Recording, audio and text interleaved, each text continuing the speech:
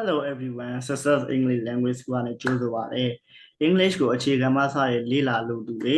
Now self study လုပ်ချင်တဲ့လူတွေအတွက်ရှိရပြီးတော့ကျွန်တော်ကဒီ video လေးကိုမျှဝေပေးခြင်းဖြစ်ပါတယ်အဲ့တော့ဒီနေ့ကျွန်တော်မျှဝေပေးမယ့်အကြောင်းအရာလေးကတော့ past simple tense နဲ့ပတ်သက်ပြီးတော့အပိုင်း2ကိုပြန်ပြီးတော့မျှဝေပေးမှာဖြစ်ပါတယ်အဲ့တော့ကျွန်တော်နဲ့အတူတူလိုက်ကြည့်လိုက်ကြအောင်ခဲတော့ကြည့်အောင် based from play ဒါဆိုရင် positive မှာဆို I played ed ပေါင်းပြရမယ်regular ဘက်မှာပြောတာနော်regular ဆိုရင်တော့ see saw ပေါ့ဒီလိုဖြစ်မယ် negative ဆိုရင် did not didn't မေးခွန်းလုပ်ရှင် did နဲ့မေးပြရမယ်အဲ့တော့ do ရဲ့ does ရာ present မှာသုံးမယ် did ကတော့ past မှာသုံးမယ်ကြည့်ရအောင်ပါ I don't watch television very often ကျွန်တော်က TV မကြာခဏဆိုလို့ကြည့်လို့မရှိဘူးဒါအလေးထားနောက်ဒီဘက်မှာကြည့်အောင် I didn't watch television yesterday မနေ့ကတော့ကျွန်တော် TV မကြည့်ခဲ့ဘူးနောက် does she go out often သူမမကြာခဏဆိုအပြင်ထွက်လေးရှိလား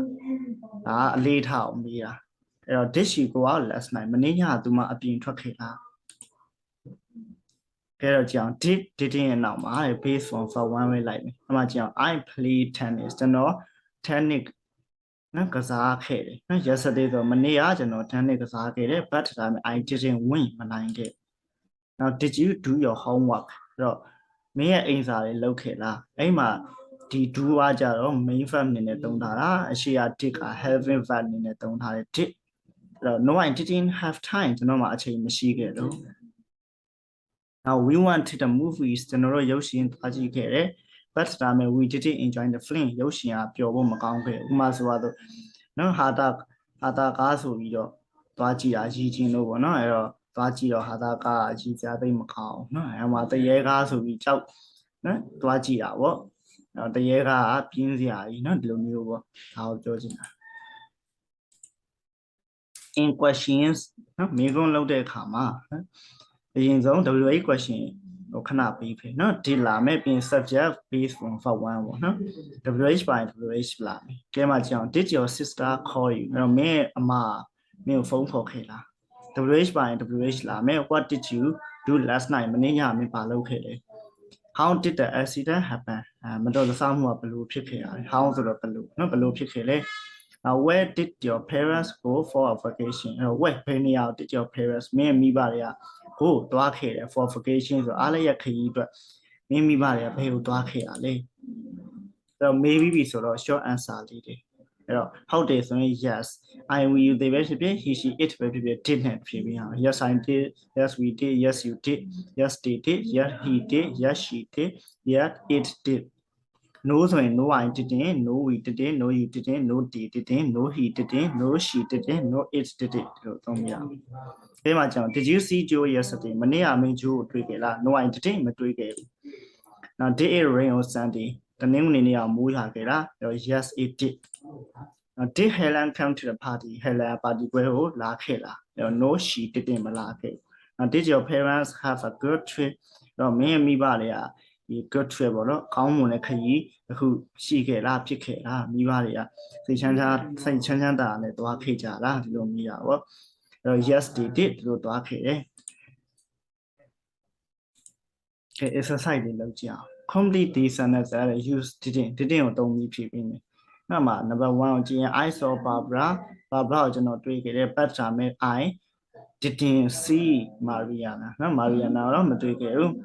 Number 2 they work on Monday တနင်္လာနေ့မှာသူတို့အလုပ်လုပ်ခဲ့တယ် but ဒါမဲ့ they didn't work on Tuesday အင်္ဂါနေ့မှာတော့မလုပ်ခဲ့ဘူး Number 3 we went to the post office ကျွန်တော်တို့ post office ကိုသွားခဲ့တယ် but ဒါမဲ့ we didn't go to the bank Number 4 she had a pen သူမမှာဖောင်တင်တစ်ချောင်းရှိခဲ့တယ် but ဒါမဲ့ she didn't have she didn't have any paperစာရတော့မရှိခဲ့ဘူးပေါ့ Number 5 Brian did some work in the yard နော်ခြံဝင်းထဲမှာ Brian အလုပ်အချို့လုပ်ခဲ့တယ် but ဒါမဲ့ he didn't do any work in the house အိမ်ထဲမှာတော့ဘာမှမလုပ်ခဲ့ဘူးအဲ့ဒီ did ကverb 2အနေနဲ့သုံးထားတာညင်းမယ်ဆိုရင် didn't ဒီ did ရဲ့ verb 1 do အဲ့တော့ didn't do နော်ဒီလိုဖြစ်မယ် Number 2 right questions မေးခွန်းရေးပေးပါ did ကိုသုံးပြီးတော့ကဲအဲ့ဒါဆိုရင်ကျွန်တော်မိခွန်းလေးဖြည့်ကြည့်မယ်နော်အဲ့တော့ did you watch WATCH ပဲเนาะ Did you watch TV last night number 2 Did you enjoy the party number 3 Did you have a nice vacation number 4 Did you finish ed လေးဖြုတ်မယ်เนาะ Did you finish work early number 5 Did you sleep sleep well last night အားလုံးဒီထိရမယ်ထင်တယ်နော် And number 3 What did you do yesterday မနေ့ကဘာလုပ်ခဲ့လဲအဲ့တော့ right ရေးပေးပါ choose နဲ့ဆိုမှန်ကန်တဲ့စာကြောင်းလေးရေးပေးမယ် positive or negative ဟုတ်လားမဟုတ်လားကဲ watch TV ဆိုတော့ကိုကကြည့်ခဲ့ရဆိုတော့ I watched နော် TV မကြည့်ခဲ့ဘူးဆိုတော့ I didn't watch TV number 2 get up before 7 o'clock အဲ့တော့ထားခဲ့ရဆိုရင် I got up before 7 o'clock မထားခဲ့ဘူးဆိုရင် I didn't get up before 7 o'clock number 3 take a shower ဒါဆိုရင်ရေချိုးတာမနေ့ကရေချိုးခဲ့တာချိုးခဲ့ရဆိုရင် I took a shower မချိုးခဲ့ဘူးဆိုတော့ I didn't take a shower number 4 buy a magazine ဒါ magazine တစ်စောင်ဝယ်တာဝယ်ခဲ့ရဆိုရင်တော့ I bought a magazine မဝယ်ခဲ့ဘူးဆိုရင်တော့ I didn't buy a magazine number 5 eat meat အသားစားတာမနေ့ကစားခဲ့တာစားခဲ့ရဆိုရင် I ate meat မစားခဲ့ဘူးဆိုရင်တော့ I didn't eat meat ဒီလိုဖြစ်မယ်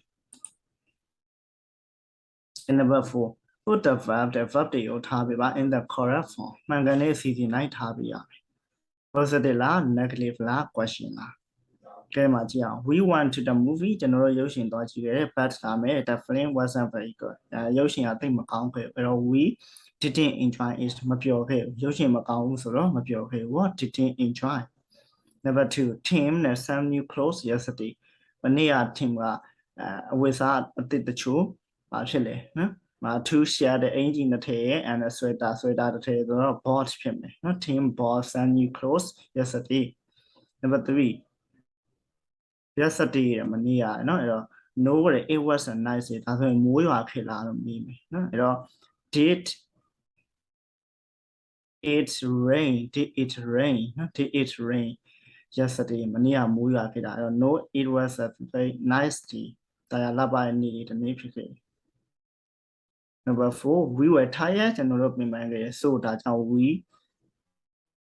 long at the party တော့ party ပွဲမှာအကြာကြီးမနေခဲ့ဘူး we didn't stay no so we didn't stay long at the party number 5 it was very warm in the room အခန်းထဲမှာအရန်နွေးတယ်ဆိုဒါကြောင့် I အမ close ဖြစ်မယ်နော် I closed close a window ဂရင်းပေါက်ကိုပိတ်ခဲ့တယ်ဒီထိနားလည်မယ်ထင်တယ် okay ဒီနေ့ကျွန်တော်မျှဝေပြပါတော့ past simple tense ကိုမျှဝေပြပါဖြစ်ပါတယ်အဲ့တော့နောက်ထပ် tense တွေလည်းအများကြီးမျှဝေပြဖို့ရှိသေးတယ်အဲ့တော့ဒီ see you next video okay bye bye